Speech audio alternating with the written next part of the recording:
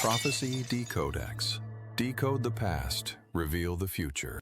The four-room house architectural style found at Israelite sites represents more than just building preferences.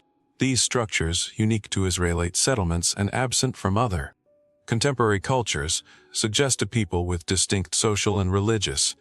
The houses typically featured a central courtyard surrounded by rooms, with one room often serving as a storage area for agricultural products. This design reflects the biblical emphasis on family structure, hospitality, and agricultural blessing. Archaeological excavations at sites like Tel El Deba have revealed these distinctive houses in contexts that align with biblical chronology.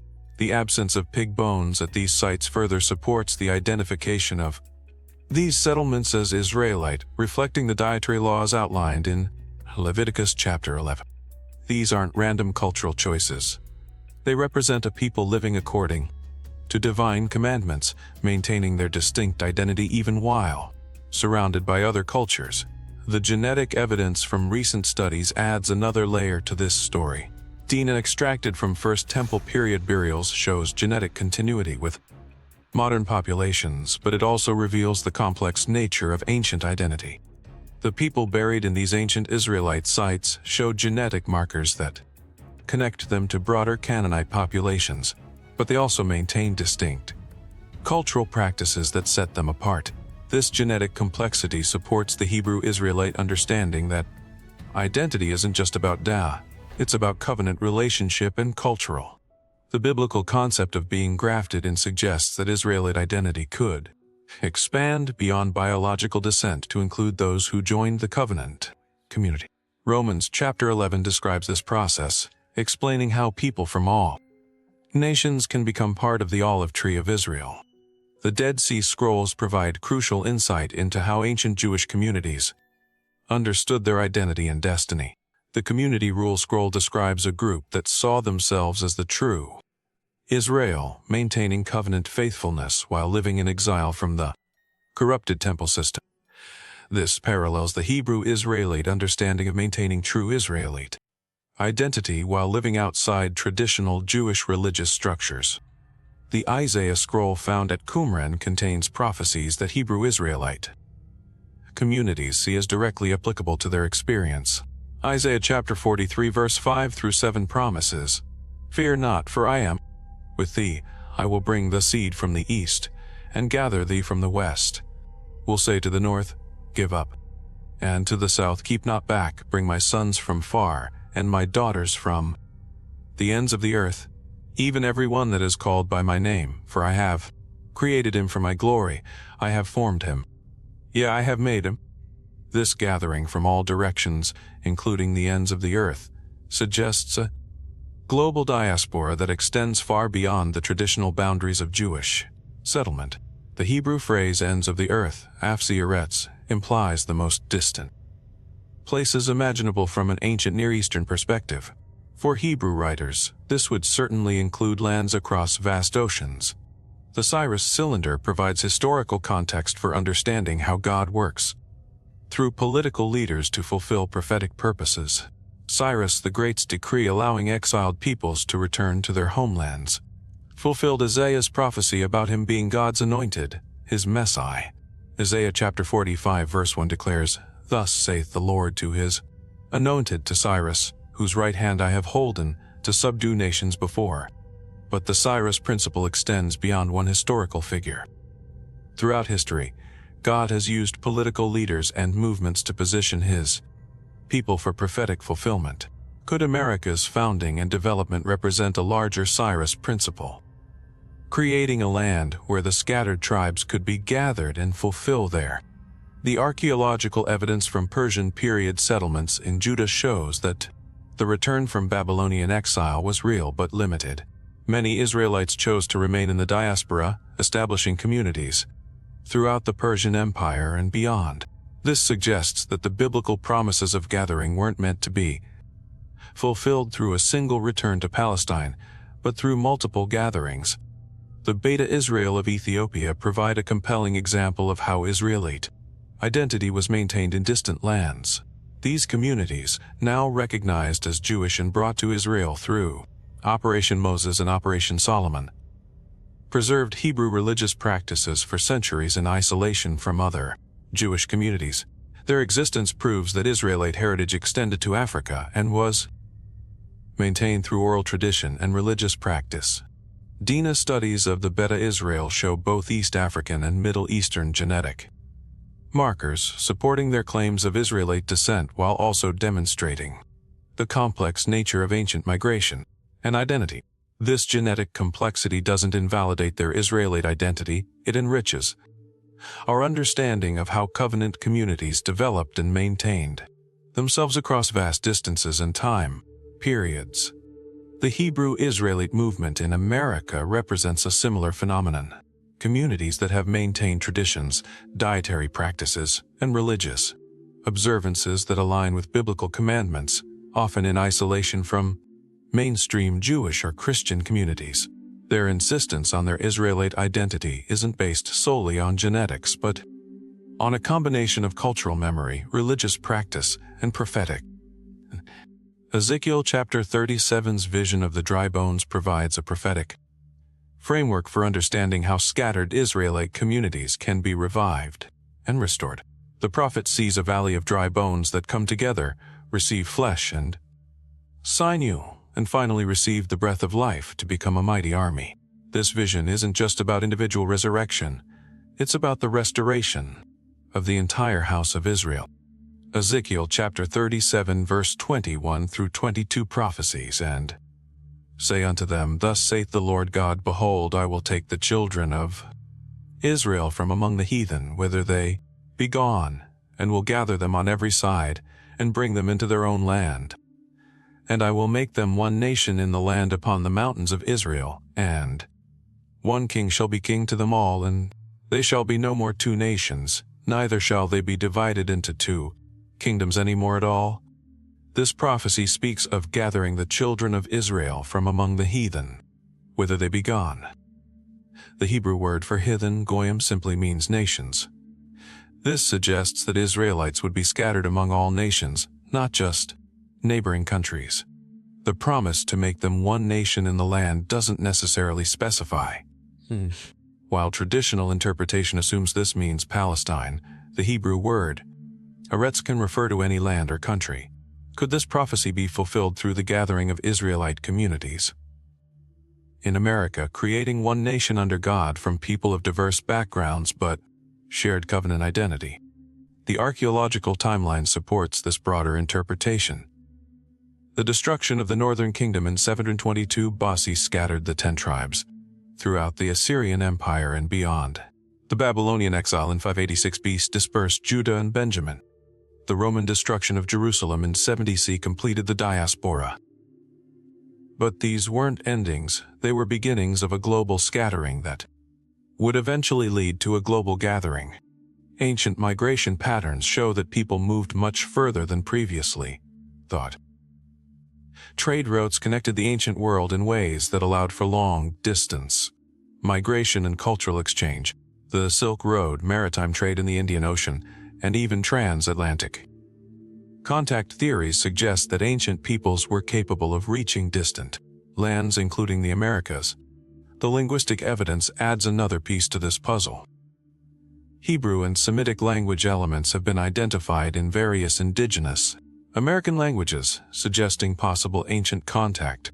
While this evidence remains controversial, it opens the possibility that Israelite groups reached the Americas in ancient times, establishing communities that maintained their identity through oral tradition. The prophetic books consistently speak of a gathering that exceeds the original Exodus from Egypt. Jeremiah chapter 16 verse 14 through 15 declares, Therefore, behold, the days come, saith the Lord, that it shall no more be said, The Lord that brought up the children of Israel out of the land of Egypt, but the Lord liveth, that brought up the children of Israel from the land of the north, and from all the lands whither he had driven them, and I will bring them again into their land that I gave unto their fathers. This greater exodus involves gathering from all the lands where they had been. The scope is global, not regional. The promise to bring them into their land uses the same Hebrew word eretz that can mean earth, country, or land. This suggests that the gathering might not be limited to one geographical location but could involve multiple lands where covenant communities are established. The Hebrew Israelite understanding of America as a prophetic gathering place aligns with this broader interpretation. They see the transatlantic slave trade not just as a historical tragedy, but as part of the scattering prophesied in Deuteronomy chapter 28. The subsequent gathering of diverse peoples in America, including those who maintain Israelite identity and practices, represents the beginning of the prophetic restoration. But the story doesn't end with gathering, it continues with purpose.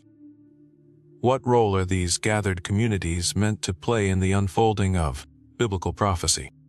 The concept of Israel as a light unto the nations appears throughout the prophetic books, establishing the purpose behind the gathering. Isaiah chapter 49 verse 6 declares, "And he said, It is a light thing, that thou shouldest be my servant to raise up the tribes of Jacob, and to restore the preserved of Israel. I will also give thee for a light to the Gentiles, that thou mayest be my salvation unto the end of the earth." This mission extends beyond ethnic boundaries to encompass all peoples. The Hebrew word for Gentiles, goyim, simply means nations. The calling is to bring salvation and divine knowledge to all nations, not to establish ethnic superiority. This aligns with the Hebrew Israelite emphasis on unity under God's prophetic plan, celebrating identity while embracing universal purpose. The archaeological evidence from Second Temple period sites shows how this mission was understood in ancient times. Synagogue inscriptions and religious artifacts demonstrate that Jewish communities saw themselves as having a responsibility to teach divine law and righteousness to surrounding populations. This wasn't about conversion in the modern sense, but about sharing divine wisdom and moral guidance. The Dead Sea Scrolls contain community rules that describe how covenant communities should live as examples of righteousness. The Damascus document speaks of a new covenant that would be established with those who turn from transgression. This new covenant concept appears throughout the Hebrew Bible and is central to understanding how the gathering serves a larger divine purpose. Jeremiah chapter 31 verse 31 through 34 prophesies this new covenant, stating, "Behold, the days come, saith the Lord, that I will make a new covenant with the house of Israel and with the house of Judah, not according to the covenant that I made with their fathers in the day that I took them by the hand to bring them out of the land of Egypt, which my covenant they break. Although I was an husband unto them, saith the Lord. But this shall be the covenant that I will make with the house of Israel. After those days, saith the Lord, I will put my law in their inward parts, and write it in their hearts, and will be their God, and they shall be my people." This new covenant involves writing God's law on hearts rather than stone tablets, creating internal transformation that leads to external righteousness. The Hebrew Israelite movement sees this as happening now through communities that internalize biblical law and live according to divine principles. This internal transformation then radiates outward, influencing broader society toward righteousness and justice. The genetic studies of modern Jewish populations reveal the complex nature of this covenant community. Ashkenazi, Sephardi, and Mizrahi Jewish populations show different genetic backgrounds but shared Middle Eastern ancestry. This supports the idea that covenant identity transcends simple genetic categories while maintaining historical continuity. The recent Den analysis from Kiryat Yearim burials provides direct evidence. Ancient Israelite genetics. These First Temple period remains show genetic continuity with modern Middle Eastern populations but also reveal the diversity that existed within ancient Israelite communities. This diversity supports the Hebrew Israelite claim that covenant identity was always more complex than simple ethnic categories. The Mountable altar discovery adds ritual context to this genetic evidence. The altar structure aligns perfectly with biblical descriptions in Deuteronomy, proving that ancient Israelites followed specific religious practices that distinguished them from surrounding cultures. The curse tablet found at the site contains early Hebrew script mentioning Yo, demonstrating that covenant worship was central to Israelite identity. These archaeological discoveries support the Hebrew Israelite understanding that identity involves both heritage and practice. It's not enough to claim genetic descent. There must also be adherence to covenant principles and divine law. This combination of heritage and practice creates authentic Israelite identity that can be maintained across time and geography. The prophetic books consistently emphasize this dual requirement. Ezekiel chapter 18 verse 21 through 22 states, "But if the wicked will turn from all his sins that he hath committed, and keep all my, and do that which is lawful and right, he shall surely live, he shall not die. All his transgressions that he hath committed, they shall not be mentioned unto him. In his righteousness that he hath done he shall live." This principle of transformation through obedience applies to both individuals and communities. The scattered tribes can reclaim their identity through returning to covenant faithfulness, regardless of how long they've been separated from their heritage. This gives hope to Hebrew Israelite communities that have maintained traditions despite centuries of displacement and oppression. The Cyrus cylinder principle continues to operate in modern times through political and social developments that position covenant communities for greater influence. The civil rights movement, the establishment of Israel as a modern state, and the growing recognition of diverse Jewish communities all represent ways that divine providence works through human events to fulfill prophetic purposes. But the ultimate purpose goes beyond political recognition or social acceptance. The prophetic vision involves the establishment of divine kingdom principles that transform entire societies. Isaiah chapter 2 verse 3 through 4 describes this transformation, and many people shall go and say, "Come ye, and let us go up to the mountain of the Lord, to the house of the God of Jacob, and he will teach us of his ways, and we will walk in his paths, for out of Zion shall go forth the law and the word of the Lord from Jerusalem. And he shall judge among the nations, and shall rebuke many people, and they shall beat their swords into plowshares, and their spears into pruning hooks. Nation shall not lift up sword against nation, neither shall they learn war any more." This vision of universal peace and righteousness represents the ultimate goal of the gathering and restoration. The Hebrew Israelite movement sees itself as part of this process, establishing communities that demonstrate kingdom principles and influence broader society toward divine standards of justice and righteousness. The archaeological evidence from ancient Israelite settlements shows how these principles were implemented in practical ways. The absence of significant wealth disparities, the emphasis on agricultural sustainability, and the integration of religious practice with daily life all demonstrate how covenant communities can model alternative social structures. Modern Hebrew Israelite communities attempt to recreate these patterns through cooperative economics, sustainable agriculture, and integrated religious. This isn't about returning to ancient technology, but about applying ancient principles to modern circumstances. The goal is to create communities that demonstrate the blessings of covenant faithfulness while serving as lights to surrounding populations. The not evidence supports the possibility that these modern communities have legitimate claims to ancient heritage, but more importantly, it demonstrates that covenant identity has always been complex and inclusive. The genetic diversity found in ancient Israelite populations suggests that the covenant community was designed to incorporate people from various backgrounds who committed themselves to divine law and purpose.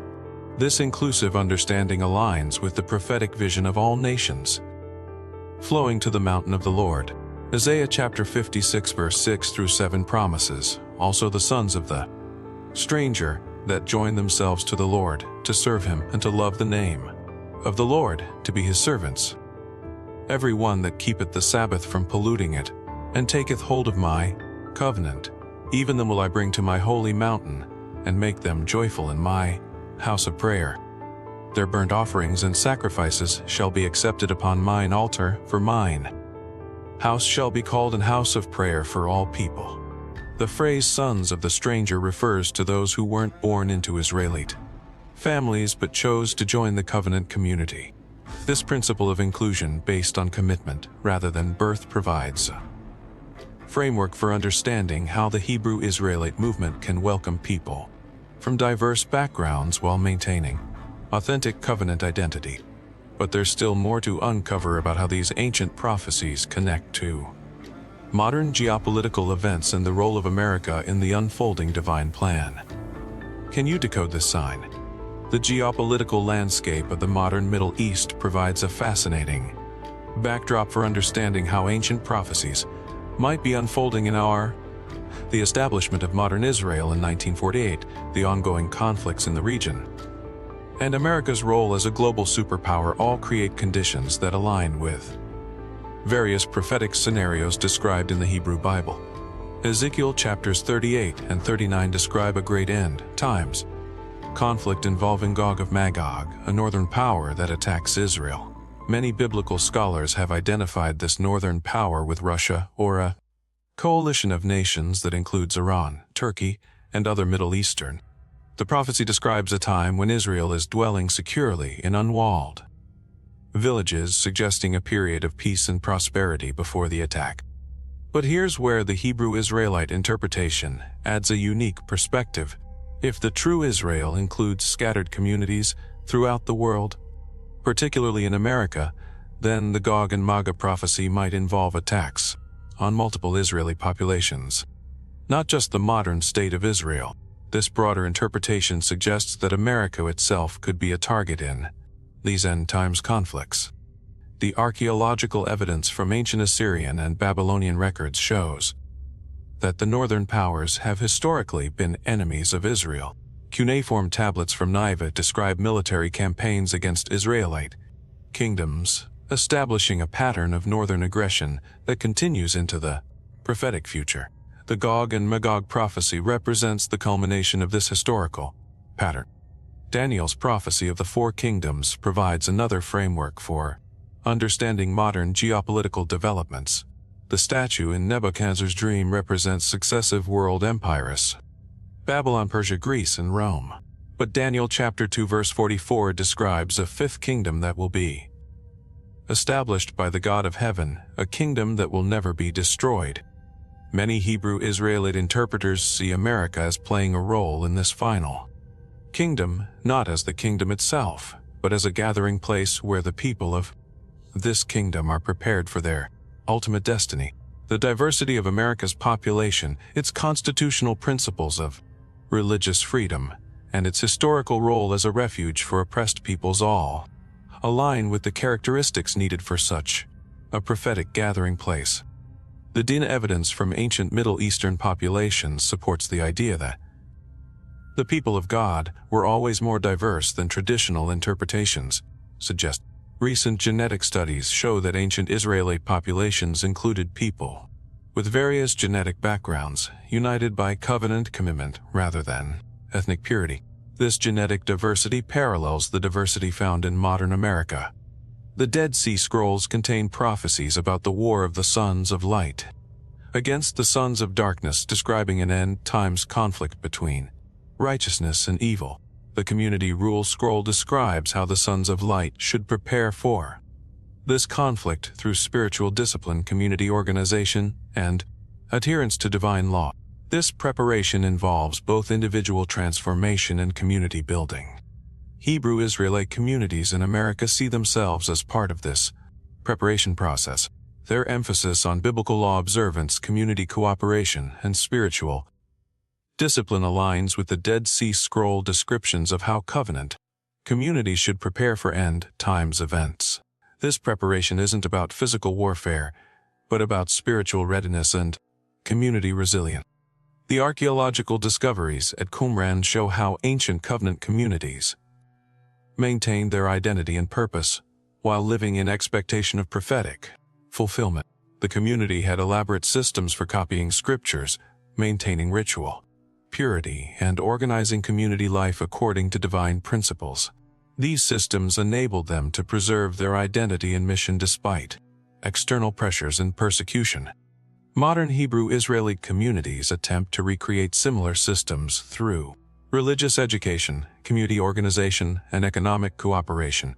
The goal is to maintain covenant identity and purpose while building sustainable communities that can weather social and economic upheavals. The Cyrus cylinder principle continues to operate through modern political developments that position covenant communities for prophetic fulfillment. The American constitutional system, with its emphasis on religious freedom and individual rights, creates conditions that allow covenant communities to flourish and maintain their distinct identity while participating in broader society.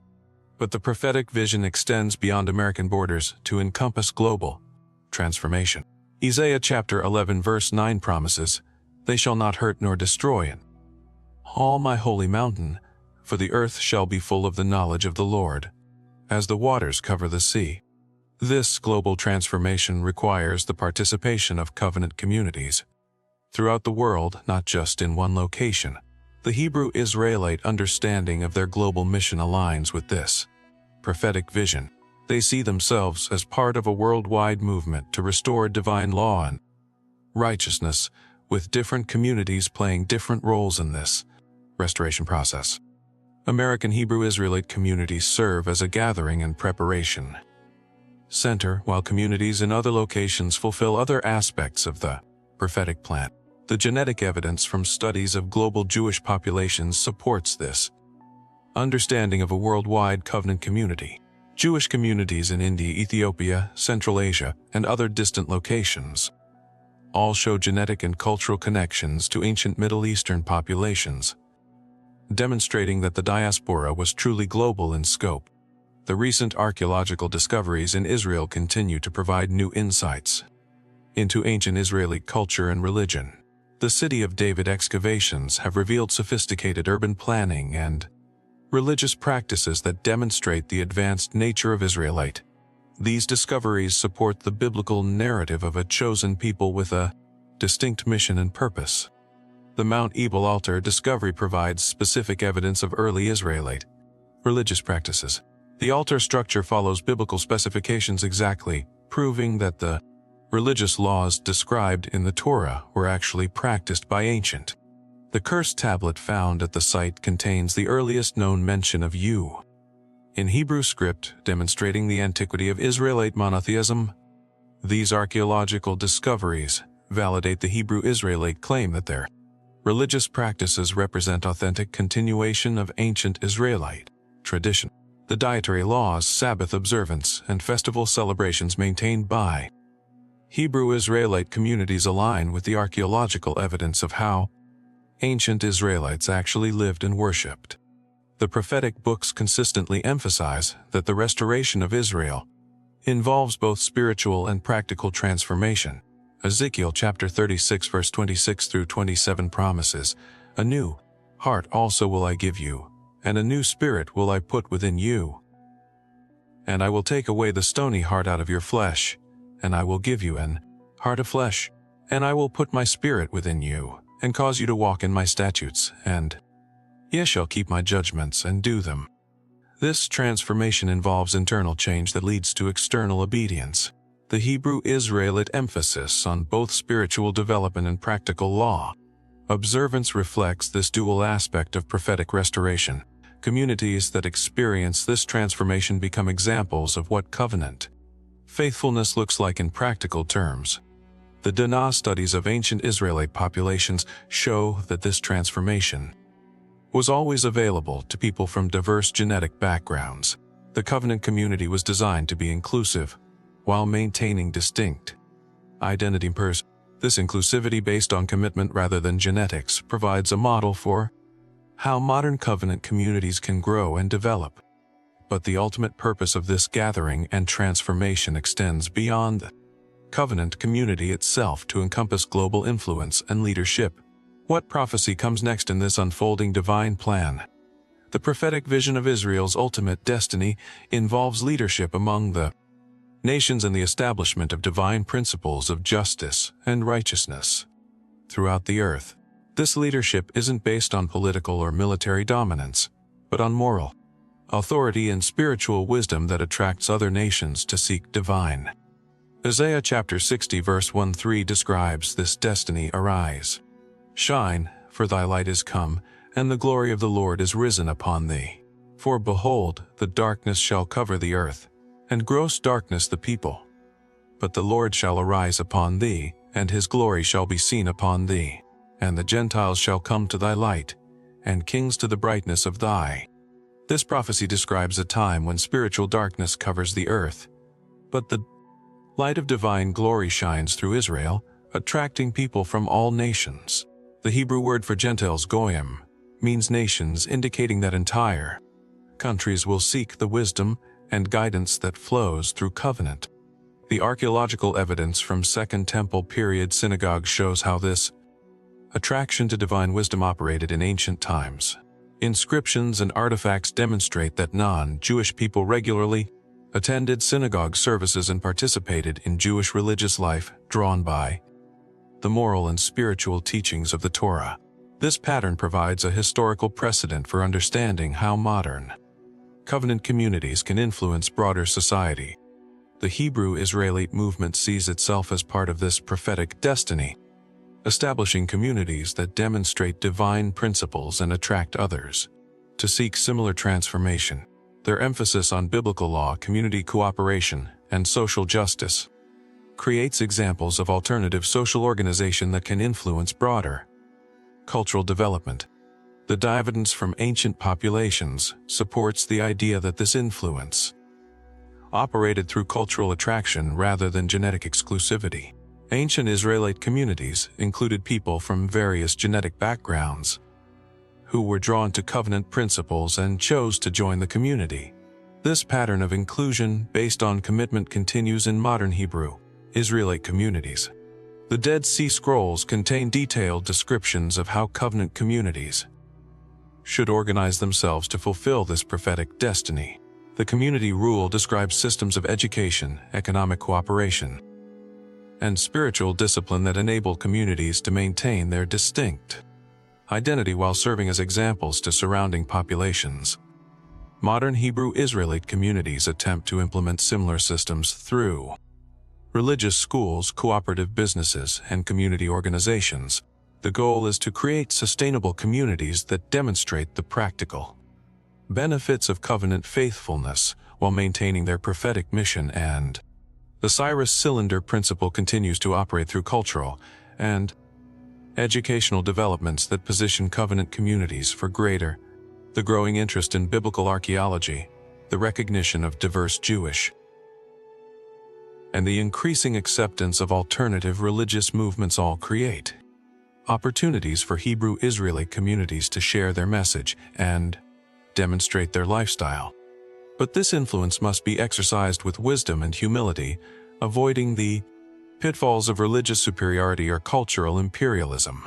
The prophetic vision emphasizes service rather than domination, with covenant communities serving as examples and teachers rather than rulers or conquerors. Micah chapter 4 verse 1-4 describes this servant leadership.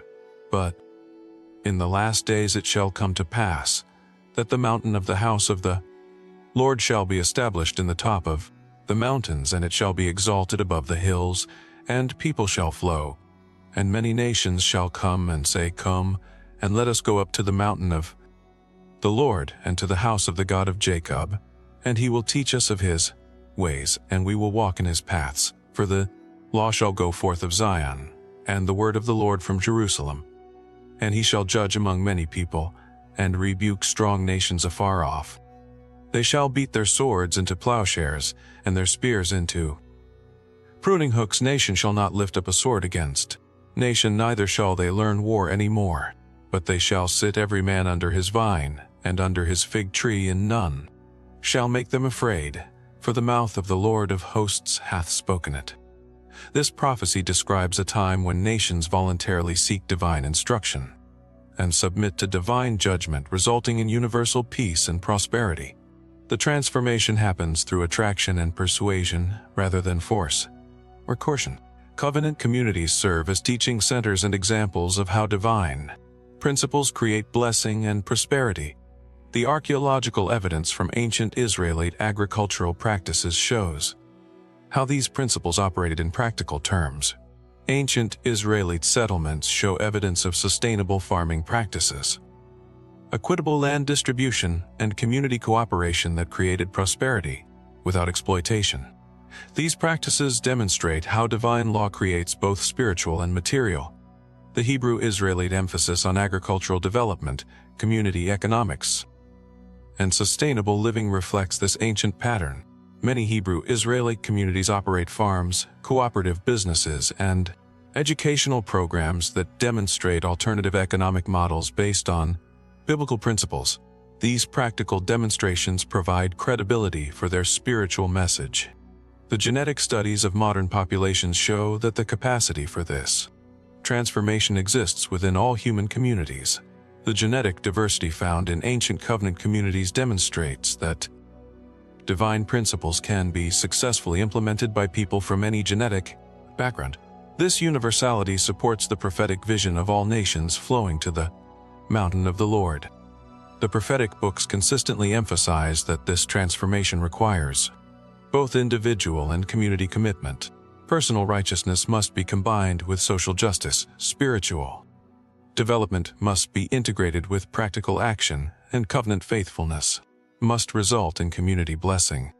Zechariah chapter 8 verse 20 through 23 describes the ultimate result of this process. Thus saith the Lord of hosts, it shall yet come to pass, that there shall come people, and the inhabitants of many cities, and the inhabitants of one city shall go to another, saying, let us go speedily to pray before the Lord, and to seek the Lord of hosts. I will go also.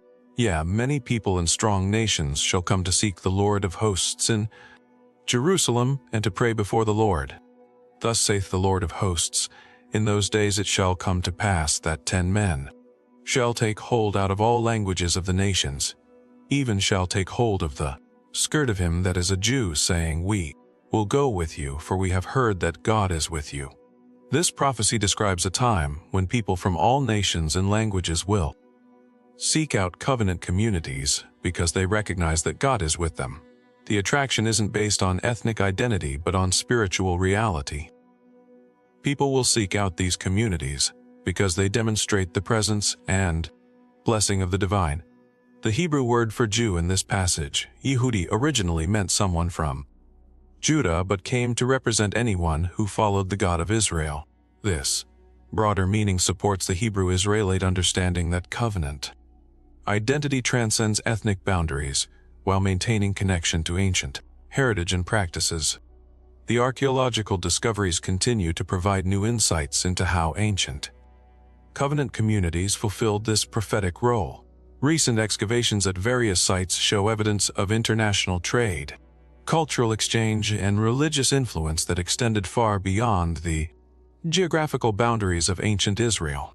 These discoveries demonstrate that covenant communities have always had global influence and reach. The DNA evidence from ancient populations supports this understanding of global influence through cultural attraction rather than genetic expansion.